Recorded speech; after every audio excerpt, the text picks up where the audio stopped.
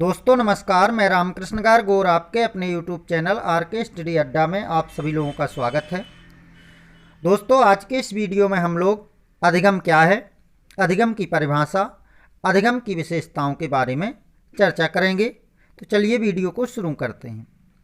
दोस्तों इस टॉपिक से शिक्षक पात्रता परीक्षा वर्ग 3, वर्ग 2, वर्ग 1, रीट, यूपीटीईटी, सीटीईटी आदि में प्रश्न पूछे जाते हैं, इसलिए आप इसे लास्ट तक बहुत ही ध्यानपूर्वक देखिएगा। दोस्तों सीखना एक निरंतर चलने वाली प्रक्रिया है। यहाँ से एक प्रश्न बनता है, सीखना कैसी प्रक्रिया है? तो दोस्तों निरंतर चलने वाली प्रक्रिया है। व्यक्ति जन्म से ही सीखना प्रारंभ कर देता है। जैसे ही व्यक्ति का जन्म होता है वह सीखना प्रारंभ कर देता है तथा जीवन पर्यंत सीखता रहता है। अब जब से उसका जन्म हुआ तभी से वो प्रारंभ कर देगा, वो जीवन पर्यंत सीखेगा, अर्थात निरंतर चलने वाली प्रक्रिया है। परिस्थिति तथा आवश्यकता के अनुरूप सीखने की गति घटती बढ़ती रहती है। यहाँ से भी प्रश्न आता है कि सीखने की गति कैसी रहती है? तो दोस्तों घटती बढ़ती रहती है। कभी सीखने की गति तीव्र हो जाती है, कभी मंद हो जाती है। सीखने के लिए कोई विशेष स्थान विशेष निश्चित नहीं होता। व्यक्ति कहीं भी किसी भी समय किसी से भी सीख सकता है। दोस्तों मनोविज्ञान की भाषा में इसी सीखने को ही अधिगम कहा जाता है। चलिए अब देख लेते हैं अधिगम की परिभाषाएं। तो पहली परिभाषा देखते हैं वुडवर्थ महोदय के अनुसार। दोस्तों ये बहुत ही महत्वपूर्ण परिभाषा है, इन्हें आप लोग पेन एवं डायरी ले लीजिए, नोट भी करते चलिए। नवीन ज्ञान तथा नवीन प्रतिक्रियाओं का अर्जन करने की प्रक्रिया अधिगम है। जब भी आपको वुड बर्थ ध्यान आए, वुड बर्थ, बर्थ से आप जन्म समझ लेना, तो जब जन्म कब होता है? किसी का नया समय होता है, मतलब वो नया ज्ञान, नवीन प्रतिक्रियाएं। तो नवीन शब्द से आपको, बर्थ से आपको नवीन शब्द को लिंक कर लेना है। दोस्तों यदि आप लोगों ने हमारे चैनल को सब्सक्राइब नहीं किया है तो हमारे चैनल को सब्सक्राइब करके बेल आइकन को प्रेस कर लें, ताकि जैसे ही मैं अगली वीडियो अपलोड करूँ आप लोगों को नोटिफिकेशन मिलता रहे। अगली परिभाषा देखते हैं स्किनर महोदय के अनुसार। तो प्रगतिशील व्यवहार विस्थापन की प्रक्रिया ही सीखना है। एक महत्वपूर्ण परिभाषा है गेट्स तथा अन्य के अनुसार अनुभव तथा प्रशिक्षण के द्वारा। इसमें देखो दो शब्द जुड़े हुए हैं, एक अनुभव, दूसरा प्रशिक्षण के द्वारा व्यवहार में आया कोई भी परिवर्तन अधिगम है। तो व्यवहार में आया परिवर्तन पहली बात, लेकिन वो परिवर्तन कैसे आया हो? अनुभव के द्वारा आया हो और प्रशिक्षण के द्वारा आया हो, तो वो क्या कहलाता है दोस्तों? वो अधिगम कहलाता है। अगली परिभाषा देखते हैं, अगली परिभाषा देखते हैं क्रो एवं क्रो महोदय के अनुसार।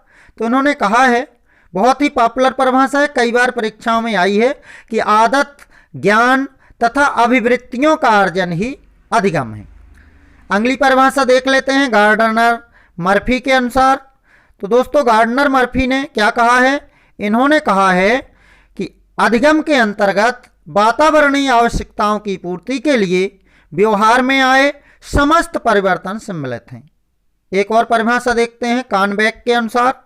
इन्होंने कहा है सीखना, जो सीखना होता है अनुभव के परिणाम स्वरूप व्यवहार में परिवर्तन द्वारा व्यक्त होता है।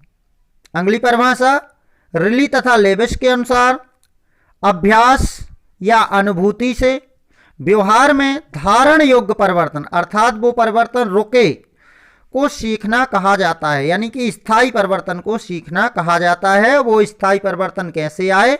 चाहे अभ्यास से आए या अनुभूति से आए। चलिए दोस्तों अब अधिगम की कुछ विशेषताएं देख लेते हैं। विशेषताओं से अक्सर प्रश्न आते रहते हैं, तो आप लोग इन्हें ध्यानपूर्वक नोट कर लीजिएगा और बार बार पढ़िएगा, तो आप लोगों को ये याद रहेंगी। पहली चीज अधिगम खोज करना है। हम किसी भी चीज की खोज करते हैं तो निश्चित रूप से हम उसमें क्या कर रहे होते हैं? अधिगम कर रहे होते हैं। अधिगम व्यक्ति के सर्वांगीण विकास में सहायक होता है। दोस्तों जब तक हम कुछ सीखेंगे नहीं तब तक वह हमसे बनेगा नहीं, और जब तक हमसे कुछ बनेगा नहीं तब तक हमारा विकास नहीं हो सकता। अधिगम समायोजन में सहायक होता है। दोस्तों हमें किस प्रकार से सामंजस्य स्थापित करना है, इसके लिए अधिगम बहुत ही ज़्यादा सहायक है। अधिगम व्यवहार में प्रगतिशील सुधार परिवर्तन है।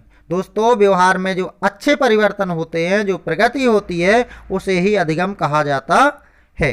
अगली बात देखें, अधिगम उद्देश्यपूर्ण तथा लक्ष्य निर्देशित होता है, यानी कि व्यक्ति पहले से ही टारगेट बना लेता है कि हमें ऐसा ऐसा करना है।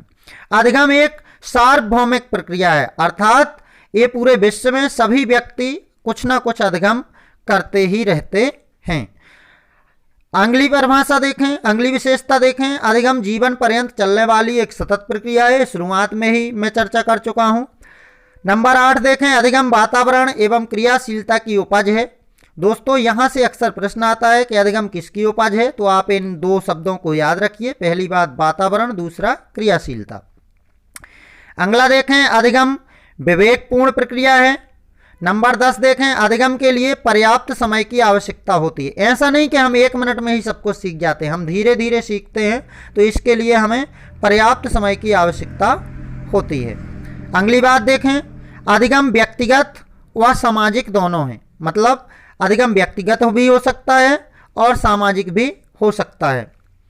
नंबर 12, अधिगम ज्ञानात्मक, भावात्मक व क्रियात्मक प्रक्रिया है।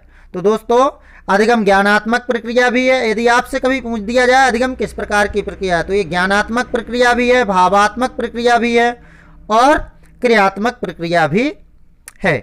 तो दोस्तों आपको इस वीडियो को देखकर कैसा लगा हमें कमेंट करके ज़रूर बताएं, और इसी तरह के परीक्षा उपयोगी एवं ज्ञानवर्धक जानकारियों के लिए हमसे जुड़े रहें। आप हमारे ब्लॉग के माध्यम से भी तैयारी कर सकते हैं, जिसके लिए आप गूगल पर हमारा नाम टाइप करें तो आप हमारे ब्लॉग पर पहुंच जाएंगे।